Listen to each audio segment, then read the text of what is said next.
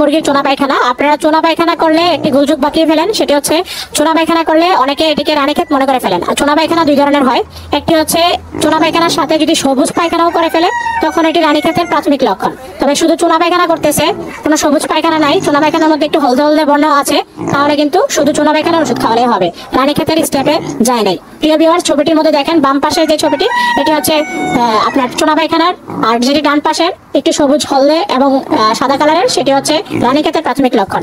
মুরগি চুনা পায়খানা করলে মুরগিকে প্রাথমিকভাবে আপনারা ওট স্যালাইন খাওয়াবেন এবং তার সাথে ইরা প্রাইম বেড দিবেন এবং তার সাথে লাইসোবিট দিবেন। ওট স্যালাইন দেওয়ার কারণ হচ্ছে মুরগির যেহেতু চুনা পায়খানাটি একটি প্রাথমিক ডায়রিয়া, সেই ডায়রিয়ার যে দখলটি এটি আস্তে আস্তে কাটিয়ে যাবে এবং তার সাথে ইরা প্রাইম বেড হচ্ছে মুরগির চুনা পায়খানার যেই ব্যাকটেরিয়াটি মুরগিকে আক্রমণ করেছে ওই ব্যাকটেরিয়াটি দ্রুত কাটানোর জন্য, ব্যাকটেরিয়া থেকে মুক্ত করার জন্য ইরা প্রাইম বেড দিবেন এবং মুরগির রোগ প্রতিরোধ ক্ষমতা বাড়ানোর জন্য সাথে লাইসোবিট দিয়ে দিবেন।